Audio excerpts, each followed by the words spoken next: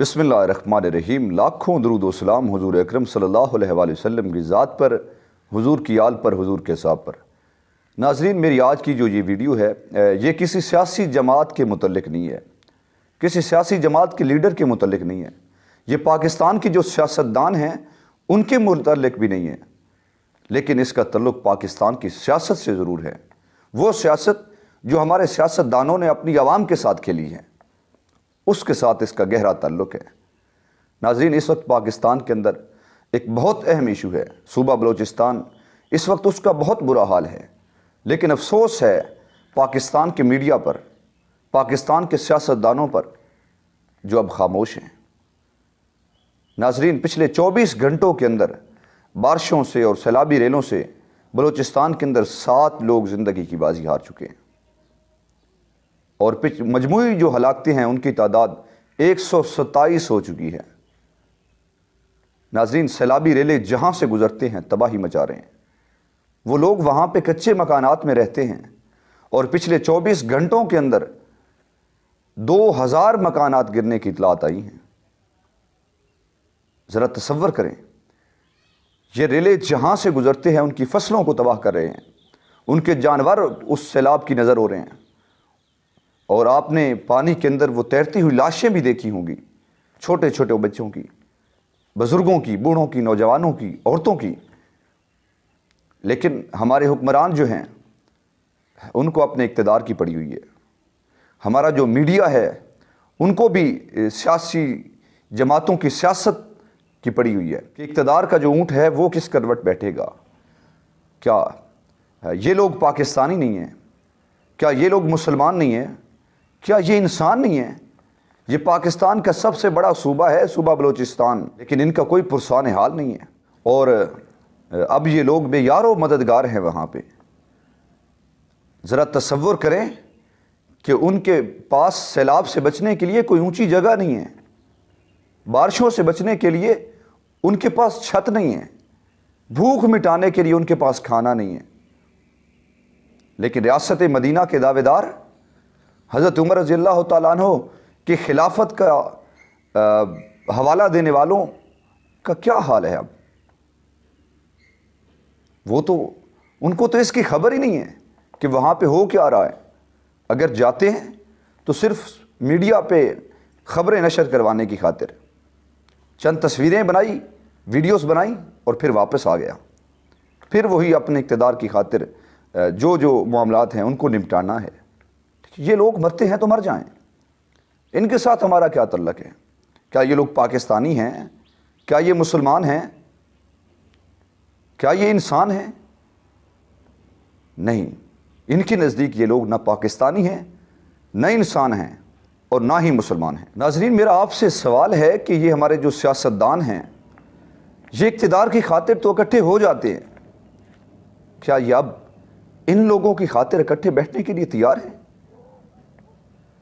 सैलाब ने जो तबाहकारियाँ मचा दी हैं, ये लोग अपने ख़ानदान की करप्शन बचाने के लिए तो इकट्ठे हो जाते हैं, ज़ाती करप्शन बचाने के लिए, ज़ाती केसेस ख़त्म करने के लिए तो इकट्ठे हो जाते हैं।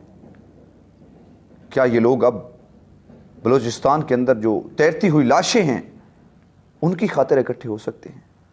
सैलाब ने जो वहाँ पे तबाहकारियाँ मचाई हैं, क्या उनकी खातिर भी इकट्ठे हो सकते हैं? बर्बाद होती हुई मकानात और फसलें, क्या ये लोग इनकी खातिर इकट्ठे हो सकते हैं? डॉलर 250 रुपए का हो गया है, क्या ये पाकिस्तान की मईशत को बचाने की खातिर इकट्ठे हो सकते हैं? मुल्क के अंदर इस वक्त जो महंगाई है ये पाकिस्तान की तारीख में कभी नहीं हुई इतनी। क्या ये इस महंगाई को ख़त्म करने के लिए इकट्ठे होंगे? गैस, बिजली और पेट्रोल की जो कीमत है, क्या ये इसको कम करने के लिए बैठ सकते हैं एक जगह? नहीं बैठेंगे।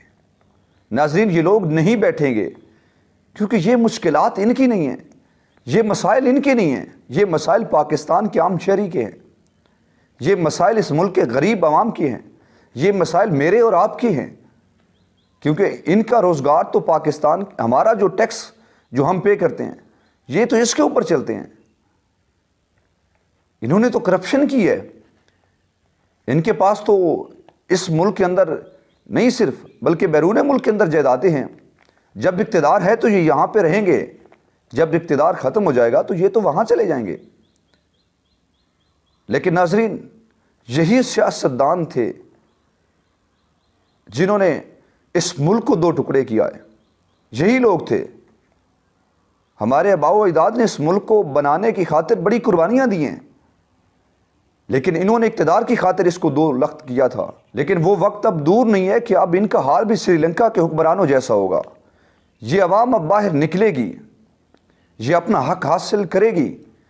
یہ لوگ، اس ملک کی غریب عوام اب ان کے محلات کے اندر داخل ہوگی انشاءاللہ۔ اب اس ملک کے اندر انقلاب آئے گا، اب لوگوں کے اندر شعور آ رہا ہے آہستہ آہستہ۔ ان کا اقتدار اب ختم ہونے کو جا رہا ہے انشاءاللہ۔ مثالیں دیتے ہیں حضرت عمر رضی اللہ تعالیٰ عنہ کی اقتدار کی، ان کی خلافت کی۔ وہ تو فرمایا کرتے تھے کہ اگر دریائے فرات کے کنارے اگر کتا بھی پیاسا مر گیا تو اس کا سوال بھی مجھ سے ہوگا، اس کا ذمہ دار بھی میں ہوں گا۔ لیکن یہاں تو انسانوں کی قیمت نہیں، یہاں بات کی جاتی ہے ریاست مدینہ کی، لیکن عمل کچھ نہیں۔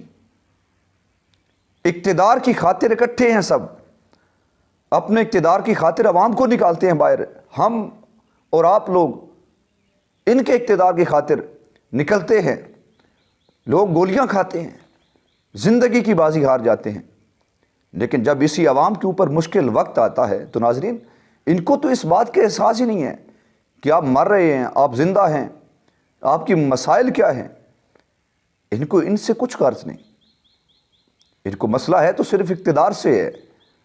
اقتدار میں آ جائیں تو سب ٹھیک، اقتدار سے نکل جائیں تو پھر ان کو پاکستان کی عوام کے مشکلات اور مسائل کا بھی اندازہ ہو جاتا ہے۔ پھر تقریروں کے اندر بڑے اچھے انداز سے پاکستان کی عوام کے جو مسائل ہیں ان کو اجاگر کرتے ہیں، لیکن جب اقتدار کے مزے لوٹ رہے ہوتے ہیں تو تب یہ حال ہوتا ہے۔ آپ دیکھ لیں ذرا کہ بلوچستان کی صورتحال پہ کوئی بولنے والا نہیں ہے۔ وہ کسی شاعر نے کیا خوب کہا تھا کہ امیر شہر سے سارا حساب لے لیں گے، امیر شہر سے سارا حساب لے لیں گے، غریب شہر کے بچے جوان ہونے دو۔ انشاءاللہ تعالیٰ اب ان کے اقتدار جو ہے اس کا سورج غروب ہونے والا ہے۔ یہ پاکستان کی عوام اب نکلے گی باہر انشاءاللہ۔